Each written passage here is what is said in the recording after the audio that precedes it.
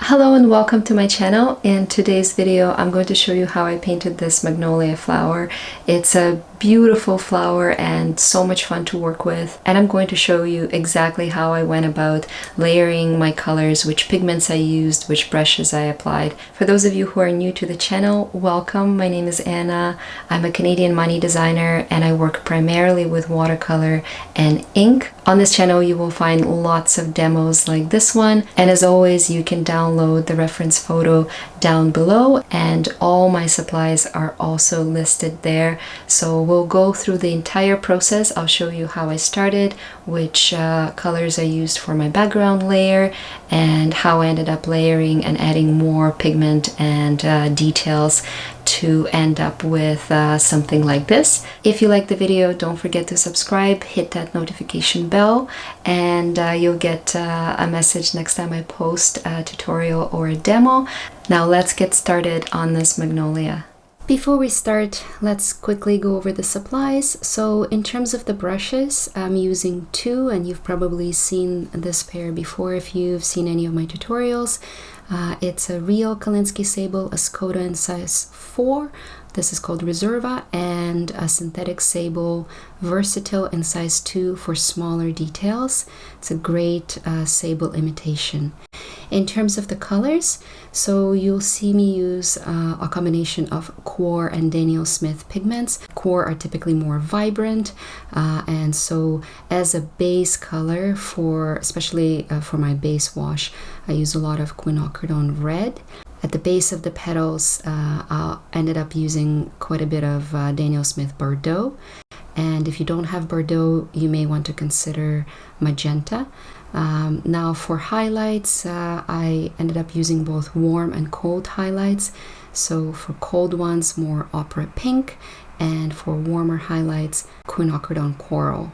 For shadows and to mute my pinks, I used QOR watercolors, Quinacridone violet, dioxazine purple. If you've seen my recent video on my favorite pigments, you know that dioxazine purple is one of my top go-to pigments, so lots of those, and I also used it on the branches. And for really cold, cool shadows, some phthalo blue. For dry petals, I ended up using some burnt orange, and finally just a bit of perylene violet. For flower bud, I used Quinacridone Gold as a base. You can use any warm yellow. And of course for the branch there's lots of Burned Umbre, but in addition to that I also mixed up a lot of other colors into my branches, and I sort of build my dark color layer by layer. I typically recommend not using black straight from the tube, even though the branch itself is very dark and may look black. It's much more natural looking if you mix sort of your own black. So I ended up layering quite a few colors there.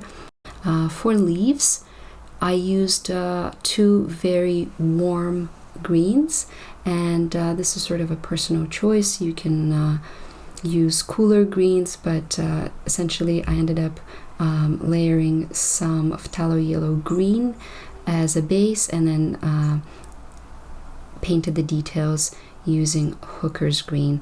And here's my Quin magenta as a very good alternative to Bordeaux, but I didn't actually use it, but I just wanted to show you just in case you wanted to try it.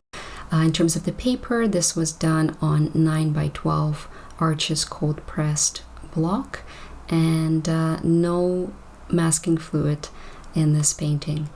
So now that we talked about the materials, let's start painting. You'll see me use 3 layers of color, and I've sort of summarized my process here with some tips and key principles to keep in mind. Enjoy.